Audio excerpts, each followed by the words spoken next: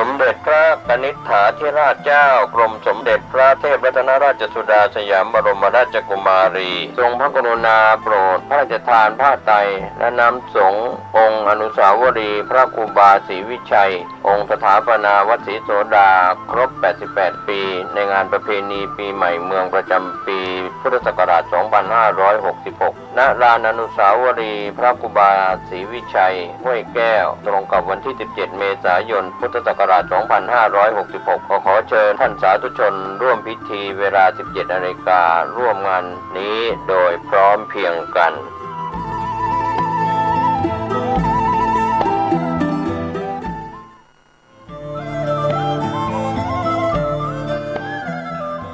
ข่าวสารเพื่อการประชาสัมพันธ์กำหนดการประเพณีส่งน้ำรูปเหมือนและเจดีย์อธิธาตุครูบาหลวงโสภาผ้าไพศาลธาตุสังฆปโมกข์ครบ192 ปีปฐมสังฆราชาแห่งล้านนาและเจ้าคณะจังหวัดเชียงใหม่รูปแรกกำหนดการ 21 เมษายนพุทธศักราช 2566 ณ วัดฝายหินตำบลสุเทพอำเภอเมืองเชียงใหม่จังหวัดเชียงใหม่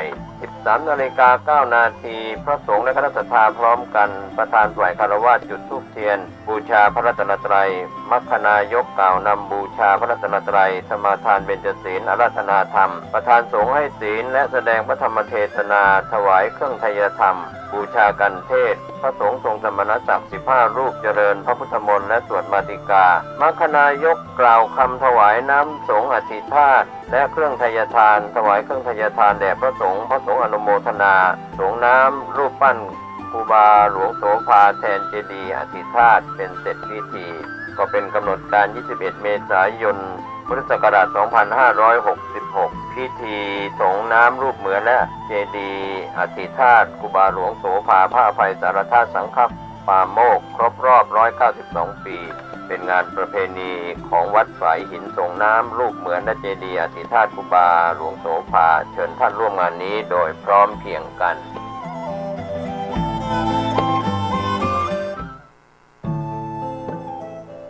ท่านกำลังติดตามรับฟังสถานีวิทยุกระจายเสียงพระพุทธศาสนาแห่งชาติและสังคมคลื่นเพื่อการศึกษาพระพุทธศาสนาและวัฒนธรรมระบบ FM 104.5 เมกะเฮิรตซ์รายการต่อไปเป็นรายการคดีโลกคดีธรรม5วันนี้ตรงกับวันอังคารที่4 เมษายนพระพุทธศักราช2566รายการคดีโลกคดีธรรมมาพบกับสาธุชนเป็นปกติทุกวันจันทร์ถึงวันศุกร์และวันเสาร์อาทิตย์ทางสถานีวิทยุแห่งนี้ท่านผู้ฟังสามารถดาวน์โหลดแอปพลิเคชันเพื่อติดตามรับฟังรายการนี้ได้ทุกวันและยังสามารถรับฟังรายการธรรมะสาระที่ดีๆอีกเป็นจำนวนมากผ่านแอปพลิเคชันนี้ได้ตลอด24 ชั่วโมงจากสถานีวิทยุพระพุทธศาสนาแห่งชาติจำนวน39 สถานีทั่วไทยที่รวมกันอยู่ในแอปพลิเคชันนี้แอปพลิเคชันนี้ชื่อว่าวิทยุพุทธศาสนาทั่วไทยใครก็ตามที่ดาวน์โหลดแอปพลิเคชันนี้สำเร็จถือว่าผู้นั้นมีบุญและถ้าผู้มีบุญได้แบ่งบุญไปให้กับผู้อื่นด้วยการแนะนำบอกต่อให้เขาได้ดาวน์โหลดด้วยแล้ว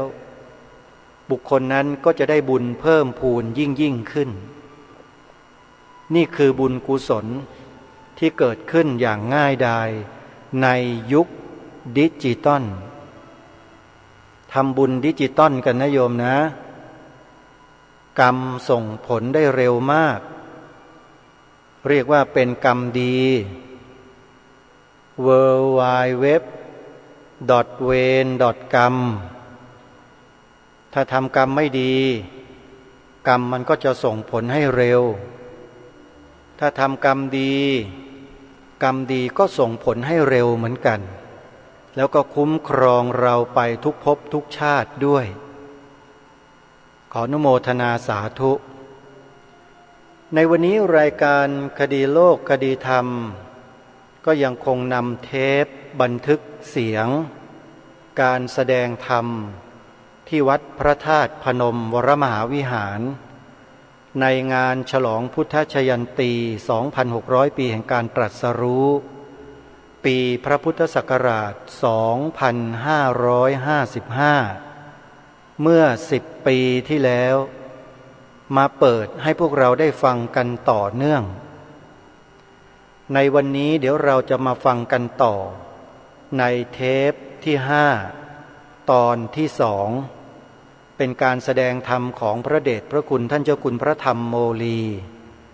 อดีตเจ้าคณะจังหวัดสุรินทร์เจ้าอาวาสวัดศาลาลอยอำเภอเมืองจังหวัดสุรินทร์ซึ่งท่านมีอายุพรรษาที่สูงที่สุดในการขึ้นแสดงธรรมในวันนั้นแล้วท่านก็แสดงไปโดยลำดับฟังง่ายเข้าใจง่ายได้ประโยชน์มากมายเหลือเกินเดี๋ยววันนี้เราไปฟังกันต่ออาตมาภาพจะต้องพิจารณาดูในเทปต่อไปว่าผู้แสดงธรรมนั้นเป็นใครอย่างไรจะนำมาเปิดให้ญาติโยมฟังกันต่อหรือไม่เพราะในเดือนเมษายนนี้อาตมาภาพมีงานที่จะต้องทำระยะยาวต้องไปอยู่ที่สวนป่าสามัคคีธรรมเพื่อสร้างถนนทำถนนให้แล้วเสร็จก็ไม่รู้เหมือนกันว่าจะเสร็จสมบูรณ์หรือไม่ก็ขึ้นอยู่กับญาติโยมว่าจะสนับสนุนจะร่วมทำบุญเป็นเจ้าภาพกันมากน้อยเพียงใดอันนี้ก็ขึ้นอยู่กับญาติโยมนะอาตมาภาพมีหน้าที่ทำให้กับญาติโยมบุญก็เป็นของญาติโยมไปใครที่ต้องการบุญต้องการสั่งสมบุญโยมก็ทำบุญกับครูบาอาจารย์ของเรากับพระสงฆ์ของเราที่ท่านทำหน้าที่อยู่ในปัจจุบันนี้นะโยมนะเพราะเป็นเนื้อนาบุญของพวกเราชาวพุทธที่ดีที่สุดประเสริฐที่สุดแล้วอนุโมทนาสาธุเดี๋ยวเราไปติดตามรับฟังการแสดงธรรมของพระเดชพระคุณหลวงพ่อเจ้าคุณพระธรรมโมลีกันต่อวันนี้เป็นตอนที่2ของเทปที่5ไปติดตามรับฟังพร้อมๆกันได้ณบัดนี้เรียกว่าอริยสงฆ์อยู่จึงมีในปัจจุบันนี้พระสงฆ์ก็ลดจำนวนลงที่จังหวัดสุรินทร์ก็มีจำนวน10,000 กว่านี่ก็เหลือ 8,000 9,000 ที่จังหวัดนครพนมก็ยังไม่ได้ถามพระเดชพระคุณท่านเจ้าคุณพระเทพวรมุนีเจ้าคณะจังหวัดนครพนมของเราว่ามีจำนวนพระภิกษุสามเณรลดลงหรือไม่แต่จังหวัดสุรินทร์มีจำนวนลดลงสามเณรก็ลดลงอันนี้ก็เป็นเรื่องที่จำเป็นจะต้องคิดพินิจพิจารณาหรือตัวทั้งประเทศจะมีจำนวนลดลงแค่ไหนเพียงไรถ้าหากว่าจำนวนลดลงผิดสังเกตผิดปกติญาติโยมที่อยู่ที่บ้านก็ควรจะวิตกกังวลด้วยเพราะพระสงฆ์ถือว่าเป็นคนดีของสังคมถ้าคนดีจำนวนลดลงน้ำน้อยก็จะแพ้ไฟน้ำน้อยจะแพ้ไฟคนดีลดจำนวนลงคนชั่วก็เพิ่มจำนวนขึ้นเมื่อจำนวนน้อยสามารถที่จะดึงเอาคนชั่วคนมีบุญจะดึงเอาคนบาปเข้ามาเป็นพวกได้ก็ยากเรียกว่าอธรรมรุ่งเรืองการใดอธรรมรุ่งเรืองการนั้นธรรมะย่อมซบเซาการใดธรรมะรุ่งเรืองการนั้นอธรรมย่อมซบเซาเป็นอย่างนั้นเพราะฉะนั้นคนดีต้องเพิ่มจำนวนจะดีระดับไหนก็ต้องเพิ่มจำนวนเอาไว้ญาติโยมนี่รู้สึกว่าปีนี้ก็เพิ่มจำนวนผ้าขาวเพิ่มขึ้นควรจะเป็นผ้าขาวมันดูง่ายดี ส่วนผ้าสีอื่นๆมันดูยังสงสัยที่สงสัยว่าอยู่ในกลุ่มไหนแน่เรื่องทำนองนี้แต่ว่าเสียงสีขาวนี้ก็เป็นเครื่องรับประกันอยู่แต่ว่ามารับประกันแบบหลอกก็ไม่ได้เหมือนกันฉะนั้นก็ที่ได้กล่าวแสดงมานี้ว่าพุทธศาสนามีส่วนสำคัญพระรัตนตรัยต้องช่วยกันรักษาโดยเฉพาะพระภิกษุก็ถือว่าเป็นลูกหลานศาสนทายาทของพระพุทธเจ้าด้วยภิกษุที่เป็นลูกหลานของญาติโยมก็ถือว่าเป็นศาสนทายาทที่มาบวชแล้วที่รักษาพระศาสนาไว้ได้พระสงฆ์นี่ต้องศึกษาเรียนอย่างหนักพอสมควรอย่างเมื่อกี้ก็อย่างพระเดชพระคุณท่านเจ้าคุณใหญ่เจ้าคณะภาค17พระธรรมวิมลมูลีนี่ก็ศึกษาจบปริญญาธรรม9ประโยคสูงสุดของประเทศและอบรมเผยแผ่พุทธศาสนาก็ระดับอินเตอร์นานาชาติอย่างพระธรรมเทศนาที่พระเดชพระคุณแสดงก็ไปทั่วโลกนี่จะเป็นพระระดับโลกก็น่าภาคภูมิใจมีพระระดับนี้เกิดขึ้นในเมืองไทยควรแก่อนุโมทนาสาธุการญาติโยมทั้งหลายก็ศรัทธาเลื่อมใสพระเดชพระคุณตั้งใจฟังด้วยความเคารพเป็นอันดี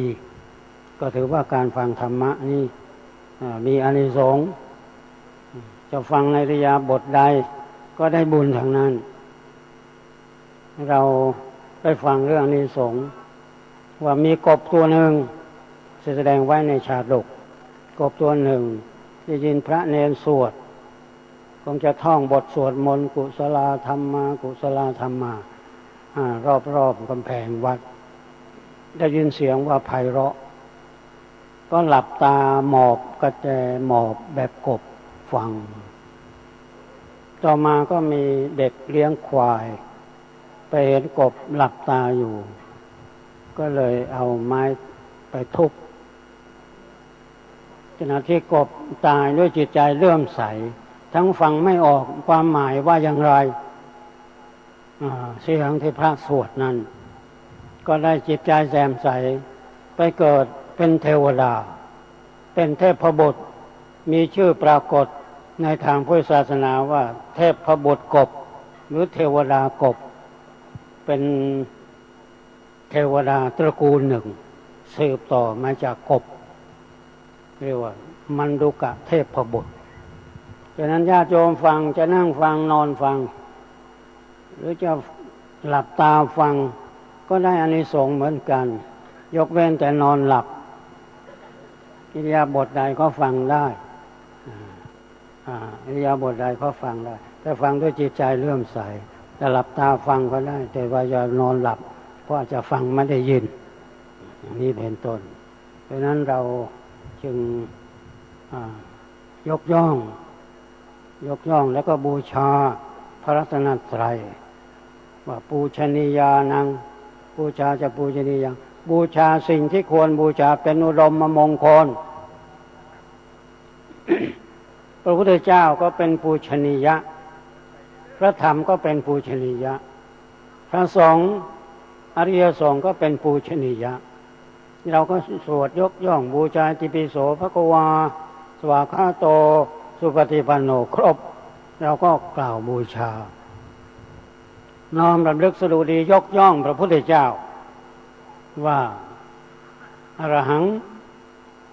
เป็นผู้ไกลจากกิเลสอย่างตามคำแปลที่สวดนั้นเป็นต้นทั้งหมดมี9บทพระคุณพุทธเจ้ามี9บทพระธรรมมี6พระสงฆ์มี9พุทธคุณ9พระธรรม6พระสังฆคุณก็มี9เราระลึกครบทุกบททุกคำนี่ก็เป็นการบูชายกย่อง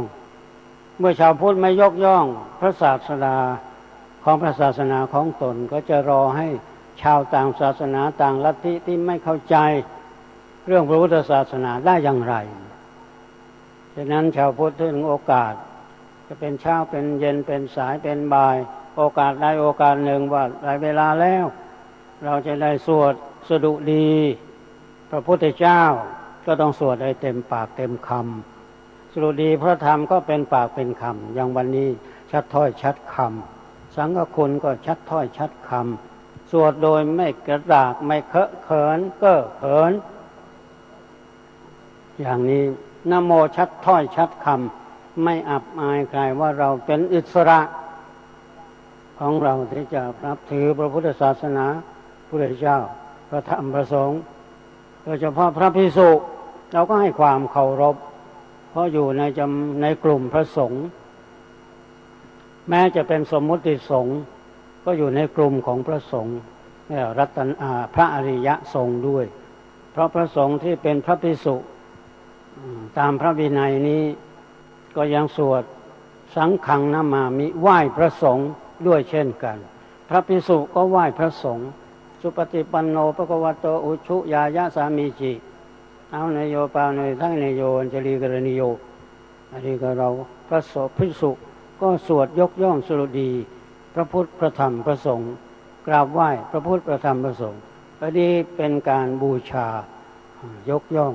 ก็ถือว่าเป็นสิ่งที่เป็นมงคลการยกย่องเชิดชูบูชาให้ความสำคัญแก่สิ่งหรือวัตถุบุคคลที่ควรแก่การยกย่องเชิดชูบูชาให้ความสำคัญอย่างนี้เป็นมงคลแน่นอนแต่การยกย่องเชิดชูบูชาบุคคลสิ่งวัตถุสถานที่ไม่ควรแก่การยกย่องเชิดชูบูชาก็คงไม่เป็นมงคลไม่เป็นมงคลยกย่องคนไม่ควรยกย่องยกย่องสิ่งของไม่ควรยกย่องของราคาถูกไปให้ราคาแพงอย่างนี้ก็อาจจะไม่เป็นมงคลถ้าจะไปซื้อของราคาของถูกๆแต่ไปให้ราคาแพงอาจจะไปขายต่อก็อาจจะขาดทุนได้เพราะฉะนั้นก็การยกย่องเชิดชูบูชาก็ต้องศึกษาเช่นเราเป็นชาวพุทธก็รู้ว่าพระพุทธเจ้าทรงคุณค่าอย่างไรพระธรรมทรงคุณค่าอย่างไรพระสงฆ์คุณค่าอย่างไรแม้เราบูชาพระภิกษุเราบูชาพระภิกษุซึ่งเป็นสงฆ์สมมุติในพระรัตนตรัยนั้นเราก็ต้องพิจารณาว่าพระภิกษุนี้มีคุณค่าอย่างไรได้มาบวชแล้วก็สละทุกสิ่งทุกอย่างหลายสิ่งหลายอย่างเสียสละที่ทำได้ยากคนทั้งหลายทำไม่ได้แต่พระภิกษุที่มาบวชสืบต่อยุคพุทธศาสนาทำได้สละได้และมาอยู่ตลอดชีวิตในพุทธศาสนาดังบรรพบุรุษบรรพเถระครูบาอาจารย์บุรพาจารย์โดยพุทธปฏิบัติมาอย่างนี้ก็ควรแก่การสักการะบูชาส่วนในการสักการะบูชาระหว่างอยู่เป็นพระภิกษุในตำแหน่งนี้เราสร้างพัฒนาวัดวาเป็นที่รื่นรมบำรุงตนเป็นที่น่าศรัทธาเลื่อมใสแนะนำชี้แจงบอกทางสวรรค์อย่างที่ชักชวนญาติโยมให้มาสักการะบูชาพุทธเจดีย์ณสถานที่นี้ก็เป็นการบอกทางสวรรค์ไม่มีการบังคับพุทธศาสนาไม่มีการบังคับแต่ชี้แจงแนะนำทำได้อยู่ทางไหนเป็นทางสวรรค์เป็นไหนทางดีทำให้เป็นคนดีเป็นพุทธมามกะชนพุทธมามิกาชนที่สมบูรณ์แบบพระภิกษุผู้เป็นหัวหน้าผู้ทุ่มเทเสียสละเพื่อการนี้ก็จะชักชวนญาติโยมดังที่ปรากฏมีอยู่ทั่วไปอย่างนี้ก็เป็นกรณีพิเศษแล้วการบูชาพระภิกษุเรากราบไหว้ยกย่องเชิดชูบูชารดน้ำใส่ปุ๋ยพรวนดินกำจัดแมลงอย่างพระสงฆ์ก็มีหลายวัยอย่างวัยหนุ่มก็มีวัยกลางก็มีนวกะก็มีมัชชิมะก็มีเถระก็มีมหาเถระก็มีญาผู้เฒ่าผู้แก่ก็มีญาติโยมก็ทนุบำรุงเลี้ยงดูที่พระสงฆ์มีการเจริญด้วยพระธรรมวินัยสอนพระพุทธเจ้าลงตนเป็นพระสังฆาธิการเจ้าวาดเจ้าหน้าตำบลเจ้าหน้าอำเภอเจ้าหน้าจังหวัดภาคถึงมหาเถรสมาคมถึงสมเด็จพระสังฆราชที่เติบโตในพระธรรมวินัยงอกงามในพระธรรมวินัยเป็นร่มโพร่มไทรของญาติโยมสาธุชนทั้งหลายใกล้ไกลจากทิศทั้งสี่ได้ก็โดยญาติโยมเป็นผู้เคียงบ่าเคียงไหลสมัครสมานสามัคคีรดน้ำใส่ปุ๋ยพรวนดินกำจัดแมลงรดน้ำที่เป็นอนามัยที่ดี ไม่เป็นน้ำที่ประกอบด้วยสารเคมีอาหารก็บำรุงดูแลปราศจากสารเคมีต่อถึงปุ๋ยที่ปราศจากสารเคมีหวังให้ต้นไม้ต้นนี้เป็นร่มโพร่มไทรใบหนาออกดอกผลิผลสมบูรณ์บริบูรณ์เป็นที่อาศัยเป็นร่มเป็นเงาอันนี้พระเถระที่เป็นร่มโพร่มไทรปรากฏในบ้านเราบ้านอื่นจังหวัดเราจังหวัดอื่นทั่วประเทศก็มีร่มโพร่มไทรประมุขสงฆ์นี้ก็เกิดจากญาติโยมให้กำลังใจจะพูดจะแสดงออกก็ให้เกียรติให้ความสำคัญจะพูดจะจาด้วยก็ใช้คำที่เหมาะที่ควรใช้คำต่างจากที่พูดกับเพื่อนบ้านทั่วไปใช้ภาษาพิเศษเฉพาะเจาะจงจะมาทักทายปราศัยก็กล่าวว่าท่านผู้เจริญอย่างนี้เวลาญาติโยมถวายสังฆทานถวายภัตตาหารโยมก็ประนมมือยกของมาข้าแต่พระคุณท่านผู้เจริญไพเราะมากอย่างนี้พระสงฆ์พระภิกษุฟังแล้วก็ชื่นใจแม้หวานจ่อยเหลือเกินเพราะท่านก็จะได้มองดูตัวดูหัวเข่าดูหน้าดูตาดูแขนดูขาเราเป็นผู้เจริญเนาะเราเป็นกลุ่มผู้เจริญสังคมผู้เจริญสมาคมผู้เจริญชมรมผู้เจริญไม่ใช่ชมรมเทวทัตชมรมนักดื่มชมรมนักการพนันสมาคมอะไรที่ไม่ใช่ชมรมที่ดีท่านก็ปลื้มใจนะญาติโยมเรียกว่าท่านผู้เจริญพอญาติโยมเรียกว่าท่านผู้เจริญท่านจะประนมมือรับนะพอโยมมาข้าแต่ท่านผู้เจริญอย่างนี้ท่านจะประนมมือรับนั่งตัวตรงเราเป็นผู้เจริญเว้ยประนมข้าพเจ้าทั้งหลายขอน้อมถวายภัตตาหารพร้อมของบริวารอีกเยอะแยะมากมายโยมบางคน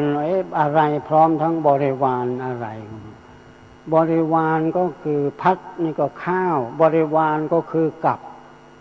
และสิ่งของต่างๆก็บริวารแก่พระคุณเจ้าผู้เจริญขอพระคุณเจ้าได้โปรดรับได้โปรดใช้ได้โปรดฉันเพื่อประโยชน์เพื่อความสุขเพื่ออุทิศแก่ปู่ชื่อนั้นตาชื่อนี้ย่าชื่อนู้นยายชื่อนี้ระบุชื่อไปหลายสิ่งหลายอย่างเจ้ากรรมนายเวรเท่าที่จะนึกได้2 หน้ากระดาษแล้วยังว่าเป็นต้นนี่ยังแค่ต้นมันนะยังว่าเป็นต้นก็คงยังอีกอันนี้แค่เพียงแค่นะโมนะก็2 หน้ากระดาษและอุทิศเจ้ากรรมนายเวรเปรตผีที่ไหนไม่รู้เยอะแยะมากมายเสร็จแล้วท่านก็สาธุโยมว่าต้องการผลประโยชน์นะอาหารจานนี้คล้ายว่าเรียกร้องตีราคาของอาหารตีราคาของผ้าสบงผ้าไตรผ้าจีวรเครื่องใช้บริวารทั้งหมดนี่ทำให้เกิดประโยชน์สุขแก่ข้าพเจ้านะเรียกร้องโยมเรียกค่าภัตตาหารเรียกแล้วว่าตลอดกาลนานเทินด้วยครั้งเดียวนี่นะไว้ครั้งเดียวนี่เอาตลอดกาลนานน่าจะระบุว่าสัก7 วันก็น่าจะพอนะตลอดกาลนานเทินนี่ไม่รู้หลายปีก็ไม่รู้หรือตลอดชาตินี้และชาติต่อไปด้วยครั้งเดียวนั่นนะอย่างนี้อันนี้ก็พระสงฆ์ก็ครุ่นคิดว่าน่าจะคิดว่าขอถวายภัตตาหารเพื่อบำรุงสุขภาพพระคุณเจ้าเพื่อให้มีกำลังมีอายุสืบต่อพระพุทธศาสนาได้ศึกษาเราเรียนพระธรรมวินัยมาแสดงบอกแก่ข้าพเจ้าน่าจะเป็นอย่างนั้นน่าจะเป็น ราะนั้นพระฉันอิ่มโยมก็ไม่อิ่มเลยน่าจะเป็นแต่ว่าความหวังอันนี้ก็เป็นความหวังที่พระสงฆ์ต้องคิดดังนั้นจึงมีการประชุมกันบ่อยว่าเราจะทำอย่างไรให้ญาติโยมมีความสุขเพราะโยมเรียกร้องเหลือเกินเรียกร้องทั้งถวายเช้าก็เรียกร้องเช้าบ่ายก็เรียกร้องบ่ายบางทีถวายสังฆทานก็บ่าย3 โมงก็ยังว่าถวายภัตตาหารอยู่เนี่ยนะบ่าย3 โมงแล้วพระสงฆ์บางทีพระภิกษุบางทีก็ประนมมือด้วยรับจบแล้วว่าสาธุบ่าย3 โมงเนี่ยนะบ่าย3 โมงแล้วไม่รู้ว่าภัตตาหารคืออะไรเห็นธูปเทียนแฟบสบู่อะไรก็เป็นภัตตาหารไปหมดแล้วก็โยมบางทีพระสงฆ์พระภิกษุก็ไม่อยากกระทบกระเทือนใจญาติโยมสาธุเอาไว้ก่อนก็โยมจะเสียกำลังใจก็เลยสาธุไว้ก่อนค่อยแนะนำทีหลัง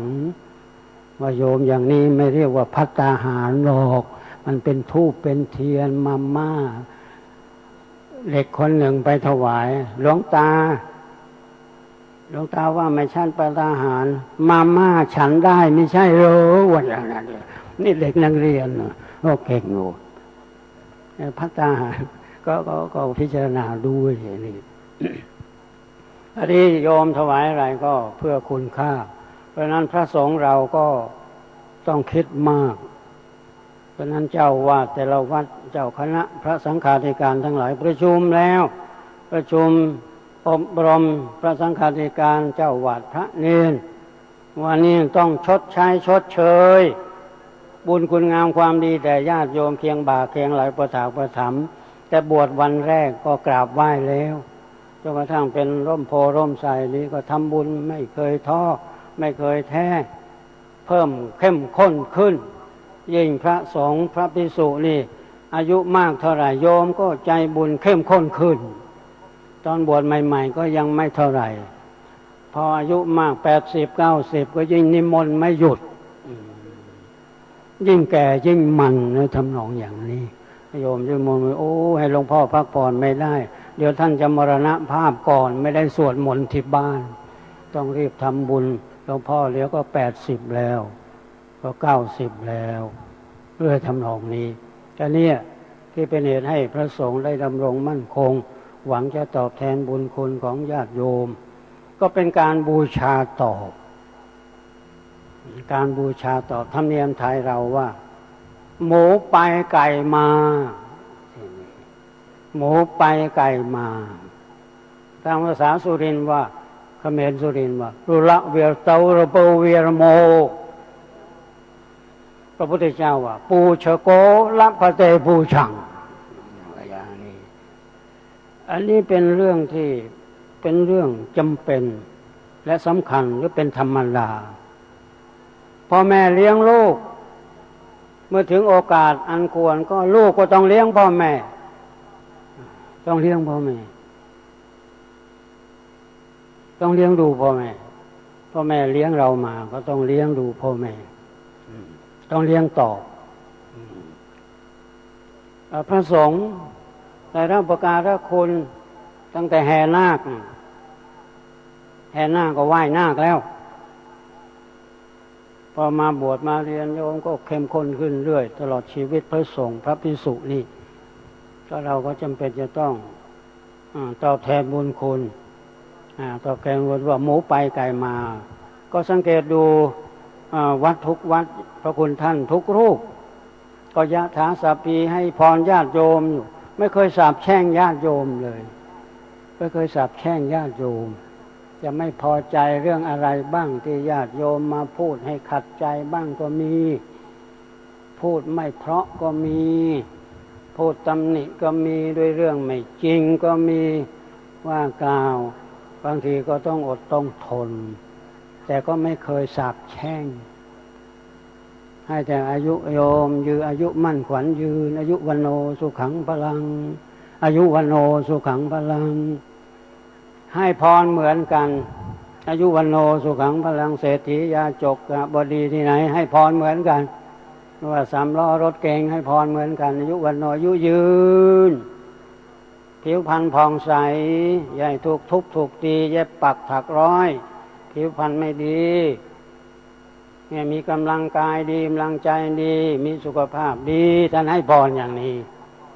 แต่บางทีให้พรบางองค์ก็ให้จนถึงใจญาติอยู่แม้จะนอนหลับก็ให้ได้เป็นหมื่นตื่นขึ้นมาก็เอาแค่แสนในบางทีให้อย่างจุใจถ้านอนหลับมาให้เป็นหมื่นตื่นว่าเป็นแสนก็อยากให้โยมนั้นอยากให้โยมสบายสมบูรณ์พูนสุขโยมพ่อบ้านก็สมบูรณ์ร่างกายก็สมบูรณ์สุขภาพอนามัยดีจิตใจก็ดีไม่รังแกแม่บ้านแม่บ้านก็สุขสมบูรณ์ดีสุขภาพดีอนามัยดีสดชื่นยิ้มแย้มแจ่มใสพูดจาไพเราะเป็นที่ชอบใจของพ่อบ้านอย่างนี้ก็อยากให้เป็นอย่างนั้นท่านจึงให้ศีลให้พรอยากให้โยมอยู่เย็นเป็นสุขไม่เคยมีว่าขอญาติโยม3 วันดี4 วันไข้ให้ตายเร็วหรืออย่างโน้นอย่างนี้ไม่มีให้พรอย่างสุดเวียงบางทีพร7 ตำนาน12 ตำนานฉบับหลวงให้พรแต่ว่าโยมรับพรไม่ค่อยได้รับพรไปแล้วก็เห็นหามศพมาแล้วไงเดี๋ยวไปตำหนิว่าหลวงพ่อให้พรพรพระยังใช้ไม่ได้เลยบางทีท่านให้พรกำลังให้พรอยู่ท่านเองก็เป็นลมบนธรรมาสน์หรืออะไรทำนองอย่างนี้ก็ไม่กลายเป็นที่ไม่เชื่อถือเป็นที่ไม่เป็นที่เชื่อถืออาจจะรู้สึกว่าการให้ศีลให้พรเนี่ยมันศักดิ์สิทธิ์ขนาดไหนแต่ยังนิยมว่าขอศีลขอพรอยู่อย่างนั้นอาตมาก็เคยพูดกับพระกับเนรว่าเราให้ญาติโยมอายุยืนผิวพรรณดีกำลังกายดีกำลังจิตใจดีสุขภาพกายดีภาพจิตที่ดีมั่งมีสีสุขสตวัฏษาอายุเป็น100ที่ให้พรอยู่นะอายุเป็น100แต่โยมก็ไม่ค่อยจะถึงนั้นเราจะเปลี่ยนให้พรตรงกันข้ามดีไหมบอกจะให้ยังไงก็บอกว่าให้อายุสั้นพลันตายอย่างนี้ว่ามันจะกลับเป็นดีขึ้นมาเหมือนก็บอกจะกลับดีขึ้นมาว่าให้อายุสั้นพลันตายให้ยากจนอนาถาเป็นยาจกวันิพกคนขอทานอนาถาสุขภาพ3 วันดี4 วันไข้หรืออะไรทำนองอย่างนี้นี่ขี้โรคตลอดทั้งปีเอาไหมโอ้เราถ้าเอาไม่ได้คนนะเพราะฉะนั้นเนี่ยก็เสนอในที่ประชุมย่อยว่าไม่เหมาะแล้วมั้งไม่เหมาะหรอกการให้พรอย่างนั้นสำหรับพระแต่เขาเห็นเขามีสาปแช่งเมื่อไหร่มีแต่อายุยืนว่างั้นนะว่าแล้วสาปแช่งให้คนนั้นตายเร็วๆกลายเป็นหนังเหนียวไปเอาว่าอย่างนั้นไงล่ะคนนั้นว่าเป็นคนไม่ดีไม่มีศีลไม่มีธรรมทุจริตช่อโกงให้มันเผาพริกเผาเกลือมะเขือปลาร้าครับสาปแช่งยังไงก็มีอายุยืนไม่เจ็บไม่ป่วยก็ว่าอย่างนั้นมีคนมาเล่าให้ฟังเราจะเอาอย่างนั้นบ้างจะเผาพริกเผาเกลือแก่ญาติโยมสักหน่อยก็ไม่ได้ก็ยังคงรักษามาตรฐานเดิมเป็นสัญลักษณ์แห่งความเมตตาจึงจะช่วยเหลืออะไรไม่ได้ตามพรก็ยังได้กำลังใจเวลาไปเยี่ยมไข้ยามไม่สบายไปเยี่ยมไข้มารู้สึกดีขึ้นสดชื่นขึ้นนะคงจะหายวันหายคืนไม่พรุ่งนี้มะรืนนี้มาใกล้โรงพยาบาลใกล้หมอบนเตียงนี้หมอก็ใกล้ชิดก็คงจะได้กลับบ้านดีเนี่ยไปให้พรให้กำลังใจบางคนไปเยี่ยมไข้พูดไม่เป็นเลยไม่อยากฟังโยมไปเยี่ยมนี่เป็นอะไรเขาเป็นอะไรถามลูกหลานเขาว่าเป็นโรคนั้นนี่ก็ไปเผามาเมื่อกี้นี้เองไปเผามาที่มันมาเผาเป็นโรคเดียวกันนี่เลยไปพูดอะไรเลยพูด แล้วก็ไปแตะต้องสัมผัสดูคนป่วยบอกโอ้นี่มาเย็นถึงเอวแล้วเย็นมันถึงเอวแล้วไปพูดอย่างนี้ก็หมดกำลังใจคนไปเยี่ยมไข้ไปแสดงการตกอกตกใจต้องใจแข็งหน้าสดชื่นเบิกบานเนาะนี่หายมานี่กำหนดวันทอดผ้าป่าแล้วล่ะไปช่วยสร้างโบสถ์สร้างศาลาแล้วจะให้ไปด้วยนี่ก็จองรถแล้วนะให้หายเร็วๆอะไรทำนองนี้เนี่ยจำได้เมื่อเปล่าเมื่อเดือนก่อนปีที่แล้วไปทอดกฐินไปร่วมกฐินหลวงที่วัดพระธาตุพนมหรือพระป่าวันนั้นวันนี้ก็เล่าบอกจำได้ไหมไปฟังเทศฟังเจ้าคุณใหญ่เทศที่พระธาตุพนมพระธรรมวิมลโมลีเจ้าคุณใหญ่ประเทศที่นี่ฟังพระเทศวรมุนีฟังพระสงฆ์สวดมนต์ไปพูดอย่างนี้ก็จะได้สดชื่น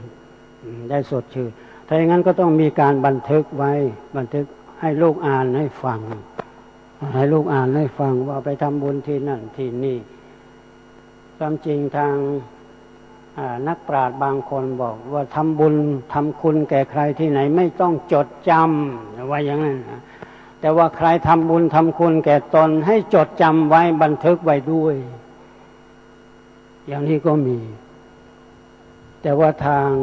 ในทางพระพุทธศาสนาก็ควรจะจดจำเรียกว่าจาคานุสติระลึกถึงสิ่งที่เราทำไว้ที่เป็นบุญเป็นกุศลวันเดือนปีนั้นปีนี้ทอดกฐินทอดผ้าป่าบริจาคเสาศาลาเสาโบสถ์มุงโบสถ์หลังคาโบสถ์บริจาคที่ดินจำนวนเท่านั้นเท่านี้สร้างวัดสร้างพระพุทธรูปจารึกให้หมดบันทึกไว้ให้หมดนี่ให้ลูกหลานอ่านฟังอย่างเจ็บไข้ได้ป่วยอย่างนี้ก็จะทำให้จิตใจหมดจดสว่างไสวได้อย่าไปพูดเรื่องอื่นไม่ได้ไปพูดเรื่องนี้บางคนกำลังผ่าตัดได้ยินเสียงพระสวดมนต์นี่เขาไม่เล่าให้ฟังนะเรากำลังถูกอยู่บนเขียงนะกำลังผ่าตัดหมอผ่าตัดได้ยินเสียงพระสวดมนต์คนจะสวดเหมือนทำวัดคือสวดเจริญพระพุทธมนต์เสวนาจะปาลานังปันติตานันติปิโสภะคะวารังสมาสวดเป็นจังหวะถ้าพระไม่รับการฝึกก็สวดไม่ได้จังหวะนะสวดมนต์อย่าไปที่ว่าง่ายนะยากสวดมนต์เรื่องว่าต้องรู้โมเรื่องสวดมนต์ยากองค์หนึ่งก็หยุดตรงนี้องค์หนึ่งไปหยุดนู่นสถานีหน้าอย่างนี้องค์ยังไม่ขึ้นลูกพี่ยังไม่ขึ้นลูกน้องขึ้นก่อนอย่างนี้ลูกพี่ยังบางทีก็ลำบากโยเป็นพระนี่อย่าบวชดีกว่าละมั้งไปสวดมนต์บางทีก็ต้องไปล้มปาก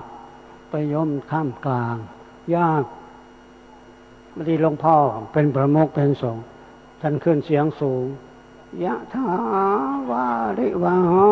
ปุราปริปุเรนนี่เสียงไม่ค่อยพร้อมเป็นหวัดมาก็ไม่พระก็ยังว่าไม่ค่อยวิ่งออกกำลังกับเขาอากาศเปลี่ยนแปลงเล็กๆน้อยๆก็ไอจามเป็นประจำอย่างนี้ก็วันนี้ก็เสียงแหบๆเพราะว่าเป็นหวัดอย่างเบาแค่นี้ก็ยะถาวาริวหาปุราที่นี่องค์ที่สองสัพพิติโยวิวัชชันตุสัพพะโรโคแล้วไม่มาสวดจะไปจบได้ยังไงก็หัวเราะพวกเดียวกันก็จะหัวเราะอันนี้เป็นกรรมเวรของพระที่ว่าสวดมนต์เพื่อไม่เข้ากันเลยอย่างนี้บางทีท่านเบายะถาวาริวหาปุโรสัพพิติโยขึ้นไปอย่างนี้วิวัชชันตุสัพพะโรโคอย่างนี้เป็นทุกข์มากสำหรับพระเป็นความทุกข์ยากลำบากสำหรับพระในการสวดมนต์ในเข้ากันเป็นทุกข์มากฉันข้าวถ้าไปสวดมนต์ก่อนฉันข้าวฉันไม่ค่อยอร่อย และญาติโยมก็เอาใจช่วยแต่พระย่อๆเถอะว่าไงทำนองนี้ให้จบเร็วๆโยมใจหายใจคว่ำเหนื่อยแทนอย่างนี้เพราะฉะนั้นก็เป็นเรื่องยากในการที่ยังไม่แต่เรื่องสวดมนต์อะไรเป็นผู้นำอะไรนี่ก็เป็นเรื่องลำบากสำหรับพระสงฆ์ในการสวดมนต์ญาติโยมก็เหมือนกันเลยญาติโยมเหมือนกันอย่างพ่อบ้านยะถาวาริวหารแม่บ้านสัพพิติโยก็ไม่เท่ากันเนี่ยพ่อบ้านทรงศีลทรงธรรมแม่บ้านก็ทรงพนันอะไรอย่างนี้ทรงไพ่ทรงพนันทรงดื่มไปอย่างรูปอย่างนี้ก็ไม่ได้บางทีพ่อบ้านแม่บ้านยะถามีศีลมีธรรมเคร่งครัดพ่อว่าวิวรณ์อย่างนี้บางคนบอกไม่รับกันเรียกพ่อบ้านแม่บ้านไม่รับกันก็เสียงสวดมนต์ก็ไม่ไพเราะดนตรีก็เหมือนกันจะไปนี่ไม่ได้ต้องปรับเสียงตะพรกลองอะไรทุกสิ่งทุกอย่างต้องปรับเหมือนกันจึงจะไพเราะครอบครัวก็เหมือนกันพ่อบ้านควรจะเอาอย่าเคร่งครัดนักแม่บ้านอย่าซีเรียสอะไรอย่างนั้นให้ปรับกลมกลืนเป็นอันหนึ่งอันเดียวกันอันไหนคนเราก็จะดีเต็มร้อยก็หายากหรืออะไรไปพูดอย่างนี้นะจะสวยเหมือนเดิมหล่อเหมือนเก่ามันก็เป็นไปได้ยากอะไรอย่างนี้มันก็งกเงินพอกันเรื่องทำนองอย่างนี้เราก็อโหสิอภัยให้แก่กันเลยกันรวมทั้งพระสงฆ์ด้วยเวลาสวดมนต์หรือเทศไม่เป็นที่เหมาะอกใจก็อโหสิอภัยได้เทศได้แค่นี้ไม่เป็นลมเสียก่อนก็ดีแล้วเราก็อโหสิอภัยค่อยขัดค่อยเกลาพระสงฆ์บวชใหม่พระบวชใหม่ก็ต้องขัดต้องฝึกต้องหัดไปเรื่อยๆไปก็จะใช้ได้เราก็เหมือนกันลูกก็พ่อบ้านแม่บ้านกับลูกวันนี้ก็รู้สึกจะเป็นวันแม่เมื่อวานเนาะวันแม่นี่ใกล้ๆกับวันแม่เรื่องผ่านมาก็ยังใกล้ๆพุทธชันตีก็บูชาแม่ด้วยก็พ่อบ้านก็มีแม่บ้านก็ถือว่าเป็นแม่ด้วยถือว่าภรรยาก็ถือว่าเป็นแม่ด้วยนะเขาว่างั้นมีท่านผู้รู้ท่านบอกว่าภรรยาก็ถือว่าเป็นแม่ของสามีอย่างนี้บางทีไปก็บางทีก็พ่อบ้านเรียกว่าแม่เต็มปากเต็มคำลูกยอมแล้วอย่างนี้ลูกยอมแม่แล้วพอเห็นลูกมาบ่นเพราะว่าพ่อบ้านเขาไปวัดมีการประกาศโฆษณาที่วัดจะมีการเทศพอไปฟังพระเทศมีแต่พระมีแต่ด่าเอาขี้เหล้าก็ด่าขี้พนันก็ด่าชั่วอย่างนั้นชั่วอย่างนี้ไม่ดีอย่างนั้นอย่างนี้โอ้ยไปในวัดก็พระด่า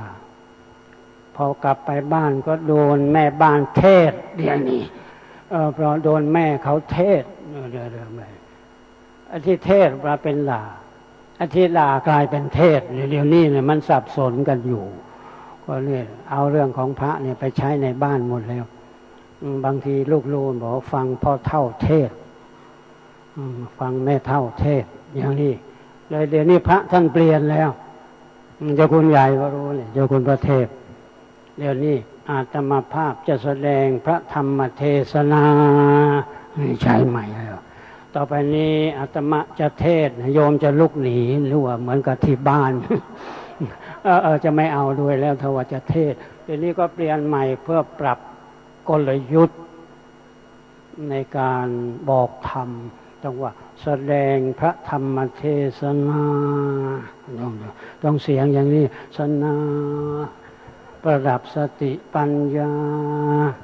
ของท่านสาธุชนพุทธบริษัททั้งหลา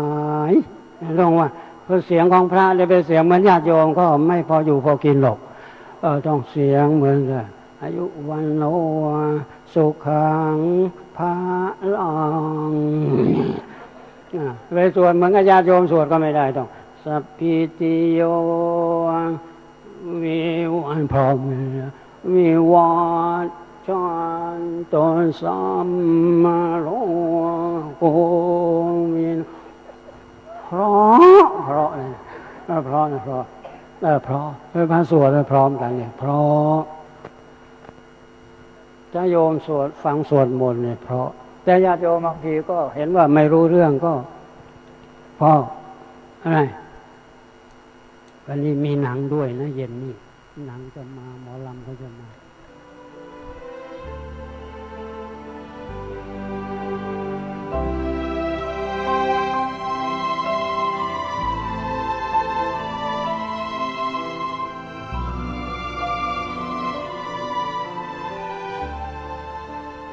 ท่านสาธุชนผู้ฟังทุกท่าน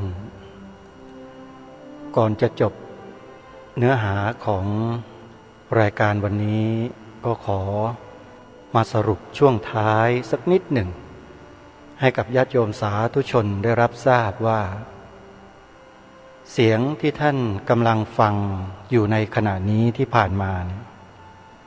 เป็นการแสดงธรรมโดยพระเดชพระคุณท่านเจ้าคุณพระธรรมโมลีเจ้าคณะจังหวัดสุรินทร์วัดศาลาลอยอำเภอเมืองจังหวัดสุรินทร์ในสมัยเมื่อ10 ปีกว่ามาแล้วคือเมื่อวันที่13 สิงหาคมพระพุทธศักราช 2555 ซึ่งในปัจจุบันนี้ท่านก็ได้เลื่อนตำแหน่งพระสังฆาธิการขึ้นเป็นที่ปรึกษาเจ้าคณะภาคที่ปรึกษาเจ้าคณะจังหวัดสุรินทร์เพราะว่าท่านหมดวาระอายุท่านครบ80 ปีตามกฎกติกาที่ได้กำหนดไว้ของคณะสงฆ์ตำแหน่งก็เลยว่างท่านก็เลยต้องพักแต่จริงๆแล้วพระผู้ใหญ่ของเราเท่าที่อาตมาภาพได้มีประสบการณ์อุปัฏวัฏฐากท่านอายุ80ท่านก็ยังทำงานกันปรอเลยอันนี้คือเรื่องจริงโยมไม่เหมือนกับคฤหัสถ์เขาเกษียณอายุราชการกัน60แต่ก็ยังทำงานกันได้อยู่เหมือนกันแต่พอขึ้น70แล้วญาติโยมเนี่ยก็จะง่อมกันแล้วแต่พระสงฆ์เรานี่ขึ้น80ยังทำงานกันได้มีตัวอย่างเยอะอย่างพระเดชพระคุณหลวงพ่อเจ้าคุณพระพิมลธรรมชอบอนุจารีมหาเถระราชบัณฑิตอดีตเจ้าคณะจังหวัดชลบุรีวัดราชบำรุงอำเภอเมืองจังหวัดชลบุรีที่อาตมาภาพได้มีโอกาสถวายการรับใช้อุปัฏวัฏฐากท่านในกรุงเทพมหานครคือที่กุฏิพระธรรมโกษาจารย์ปัจจุบันที่อาตมาภาพจำวัดอยู่ท่านอายุ80กว่า90ยังทำงานได้ยังเดินไปประชุมราชบัณฑิตในทุกๆวันศุกร์ทุกสัปดาห์เลยโดยอาตมาภาพเนี่ยถือย่ามตามท่านไปทุกครั้ง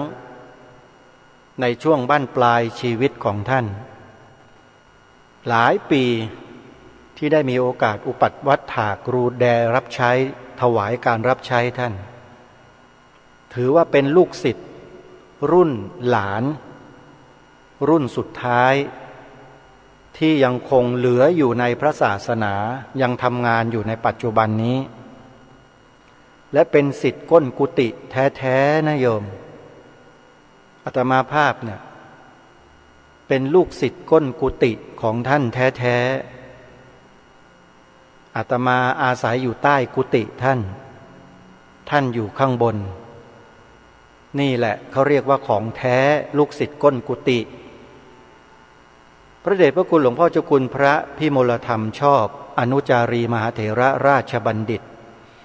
ปรริยนธรรม6 ประโยคท่านเป็นอดีตสังฆมนตรีช่วยว่าการองค์การศึกษาอดีตแม่กองธรรมสนามหลวงที่มีอายุการทำงานหลายสมัยมากที่สุดในประเทศไทยเป็นคณาจารย์เอกฝ่ายคันธธุระอาตมาภาพนั้นไม่ได้เอามาอวดมาอ้างมาพูดมาคุยเพื่อที่จะมาอวดตัวเองหรอกโยมแต่จะบอกกับญาติโยมว่าพระเถระผู้ใหญ่มหาเถระผู้ใหญ่ของเราอายุ80ขึ้นไปยังทำงานกันอยู่เลยเพราะฉะนั้นการที่เราได้มีโอกาสมีบุญได้ฟังพระธรรมเทศนากับพระมหาเถระผู้ใหญ่อย่างพระเดชพระคุณหลวงพ่อเจ้าคุณพระธรรมโมลีวัดศาลาลอยถือว่าพวกเราเนี่ยมีบุญมากนะโยมนะยังไม่จบนะยังเหลืออีก1 ตอนเดี๋ยววันพรุ่งนี้เรามาติดตามรับฟังกันนี่คืองานพุทธชยันตี 2,600 ปีแห่งการตรัสรู้ของพระสัมมาสัมพุทธเจ้าที่เหล่าบรรดาอาตมาภาพมีอยู่ประมาณ 3-4 รูปริเริ่มและดำเนินการให้มีขึ้นที่วัดพระธาตุพนมอาตมาเป็นสื่อดีทีวีมีหน้าที่ถ่ายทอดสดไปทั่วโลกและได้มีโอกาสเป็นพิธีกรการเสวนาบนเวทีของงานนี้เมื่อวันนั้นด้วยก็เลยนำมาเปิดบรรยากาศเมื่อ10 ปีที่แล้วมาให้พวกเราได้ฟังเพื่อย้อนรำลึกถึงคุณงามความดีที่เกิดขึ้นบนผืนแผ่นดินไทยของเราอย่างยิ่งใหญ่ที่สุดเท่าที่เคยมีมาเพื่อให้เราระลึกถึงวันนั้นกันแล้วนำไปสู่อนาคตที่เราจะต้องจัดให้มีขึ้นใหญ่กว่านี้ยิ่งกว่านี้อีกครั้งหนึ่งอย่างน้อยๆในชีวิตที่เหลืออยู่ของเราเพราะฉะนั้นเตรียมการกันไว้นะโยมนะครูบาอาจารย์ของเรานั้นท่านพร้อมอยู่แล้วเดี๋ยวจะค่อยประกาศให้ทราบกันต่อไปว่าเมื่อไหร่อย่างไรสำหรับวันนี้เวลาของรายการหมดลงแล้วอาตมาภาพต้องขอสมมุติยุติรายการไว้แต่เพียงเท่านี้พบกับรายการได้ใหม่ในวันพรุ่งนี้ขอความสุขความสวัสดีในธรรมแห่งองค์สมเด็จพระบรมศาสดาสัมมาสัมพุทธเจ้าจงปรากฏเกิดมีขึ้นในจิตใจของท่านผู้ฟังทุกท่านทุกคนเทินขอเจริญพรกล้าคิดก็ต้องกล้าทำอย่ากลัวถ้าทำความดีเป็นศึกษาปัญหาให้ทันท่วงทีเมืองไทยจะพัฒนากว่านี้รายการดีคดีโลกคดีธรรมขอรำพัน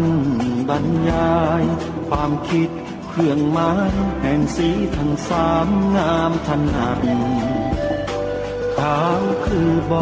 ริสุทธิ์สีสวัสดิ์หมายพระไตรรัตน์และธรรมะคุ้มจิตไทย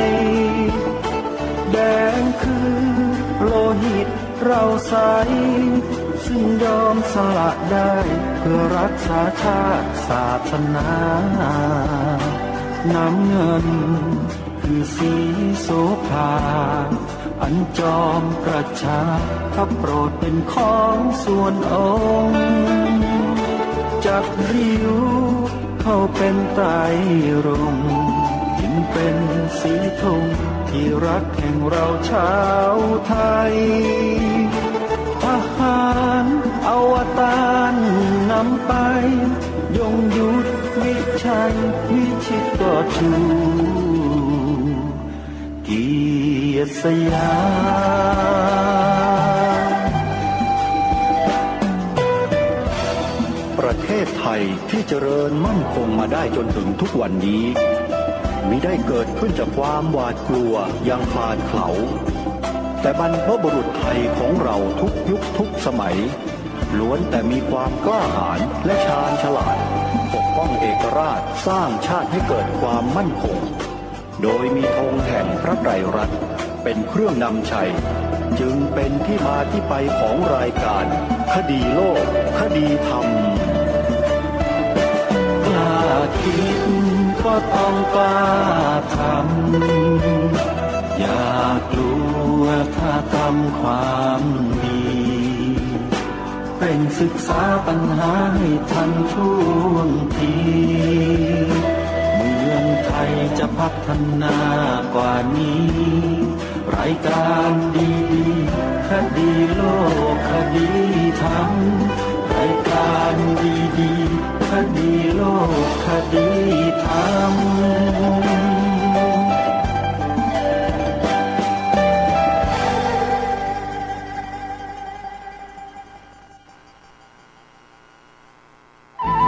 ที่จบไปแล้วนั้นเป็นรายการคดีโลกคดีธรรมดำเนินรายการโดยพระครูปลัดณรงค์ฤทธิ์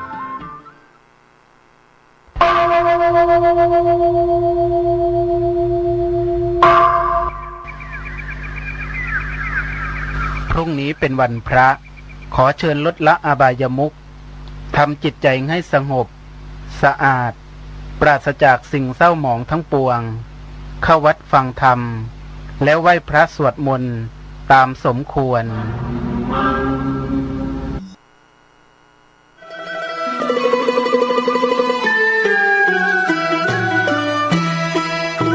ขอเชิญร่วมทำบุญสร้างกระเบื้องดินเผาธรรมชาติบันไดพญานาควัดโบสถ์ชัยมงคลตำบลมะเขือแจ้อำเภอเมืองจังหวัดลำพูนแผ่นละ50 บาทตารางเมตรละ500 บาทร่วมทำบุญได้ที่ธนาคารกสิกรไทยหมายเลขบัญชี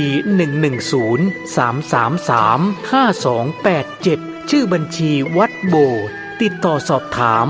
092-565-4536หรือสอบถามทางไลน์ ID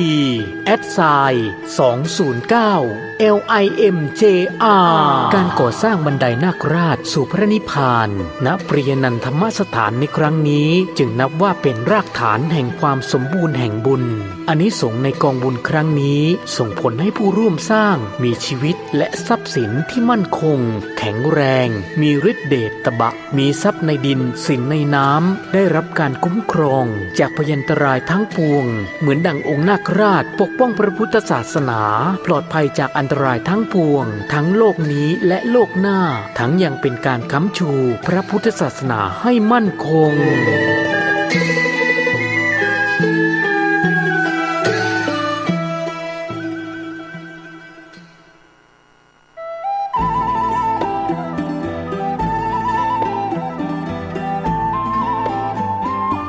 ปฏิบัติธรรมและปฏิปทาของหลวงพ่อฤาษีลิงขาวที่ได้นำเสนอมานั้นเป็นเพียงบางส่วนจากอัตโนประวัติของท่านและฝังเป็นอย่างยิ่งท่านกำลังรับฟังสถานีวิทยุสาธารณะจังหวัดเชียงใหม่คลื่นพัฒนาคุณภาพชีวิต FM 92.25 เมกะเฮิรตซ์บริหารและจัดการโดยวัดป่าแดงมหาวิหารส่งกระจายเสียงจากเลขที่71หมู่ที่14บ้านใหม่หลังมอตำบลสุเทพอำเภอเมืองจังหวัดเชียงใหม่รหัสไปรษณีย์50200หมายเลขโทรศัพท์0818818815690520000636-7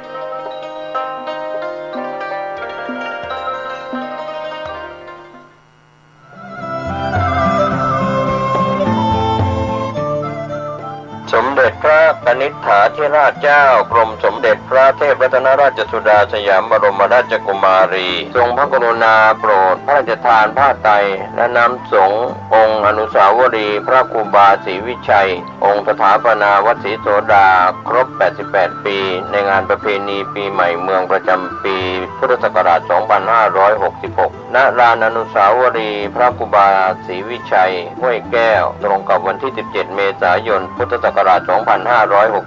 ขอเชิญท่านสาธุชนร่วมพิธีเวลา 17 นาฬิการ่วมงานนี้โดยพร้อมเพรียงกัน